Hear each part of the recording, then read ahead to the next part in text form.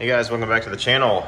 Well, today's video is going to be an update on Project Nursery. So I think a couple videos back I showed all that wood that we got home, and this is basically what's happening. So I'll give you a little rundown and also going to brag a little bit about some of these tools that I think are definite shop essentials. Can't say enough good things about Makita. I wish I was sponsored by them.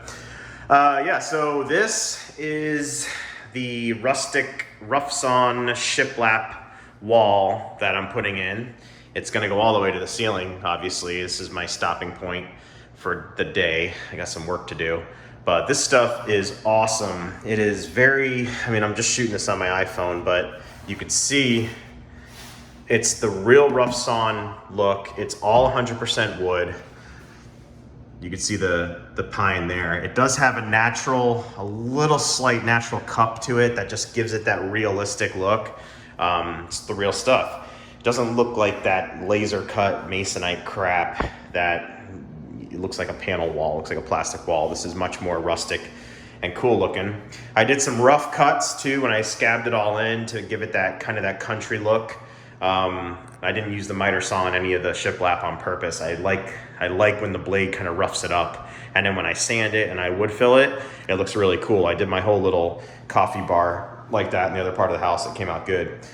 And then on the rest of the walls, we didn't want to do shiplap on the entire thing just because it's just not really the look we were going for. We decided to do these horizontal battens. And a lot of people kind of do their own take on this, because once this whole room is painted the same color, it just brings some texture to the walls. Right now it looks like a jail cell. It's not very aesthetically pleasing because there's so much contrast.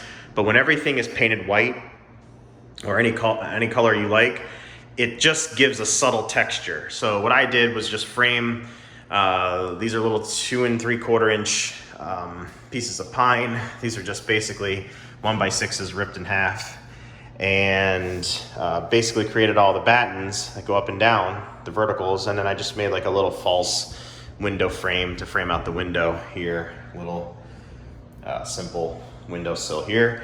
So the other walls will get treated the same way. I'm not at that point yet, but this is just the update. I want to kind of document this for my daughter and also for you guys looking at the project here. So there'll be a whole video on getting this done and how I did it. And yeah, so that's the update. I also wanted to point out some of these tools that I picked up for this project. I cannot say enough good things. Number one, about this nailer. Please, Makita, sponsor me. I would love to get this stuff for free. This nailer was about 300 bucks, 250 bucks, call it $3. This Makita nailer, it's a 16 gauge nailer. It shoots up to 2.5 inch nails. I'm running 2.5s on this project. This thing is a beast, but it is worth its weight in gold.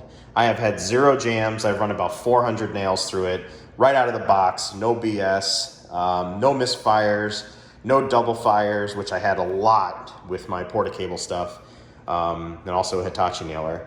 None of that with this. This is also a made in Japan Makita product. Most of the stuff's made in China.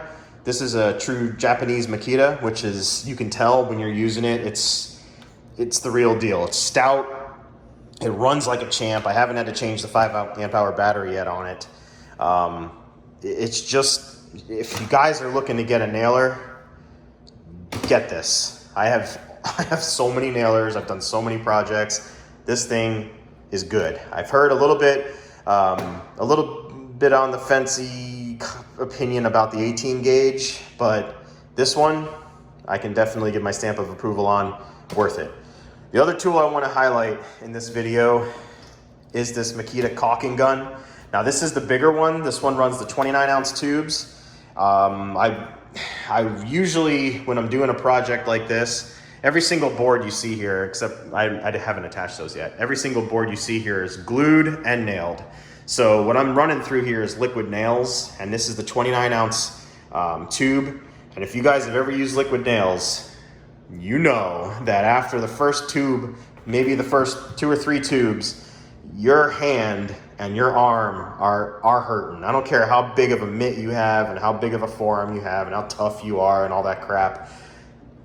This makes life so much easier. You could just get an even bead. You just run the bead, no problem. I'm gonna do a video on this actual caulking gun, how to use it, what I think of it, etc. But this thing is the real deal. It is worth, if this gun was $600, if it was double the price, I swear I would pay for it, because that was one of the biggest things when I was planning out this project and when I did my shiplap project in the other room.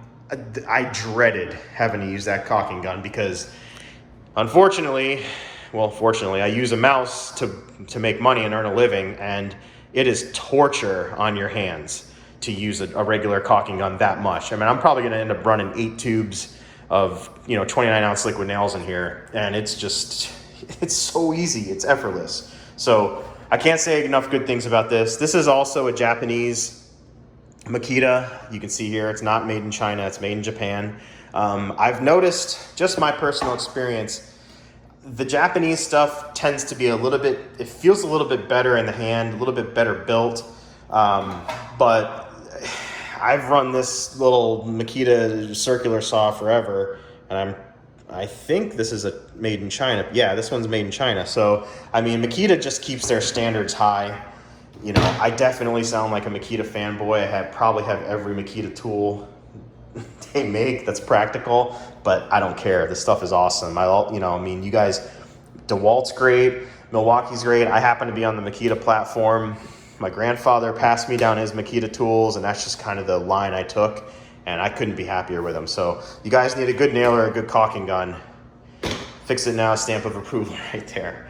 So anyway, I don't want to go too long-winded on this video. Oh yeah, and this work light's been running strong the whole time. That's a Makita piece. You can run this on 18 volt, or you can plug it in like it is now. Let's see, made in China. So that's a Chinese piece, but still tough. I've dropped it about 10 times and it's fine. Tripod steady. So anyways, guys, not to bore you with all the tool stuff, but here's the update on the Nursery, and I will be shooting up some videos on the 2 Makita tools here soon, just because I want to get some reviews out on them and get my opinion in you guys' head. So, okay, anyways, guys, thumbs up, subscribe, catch you in the next video. Later.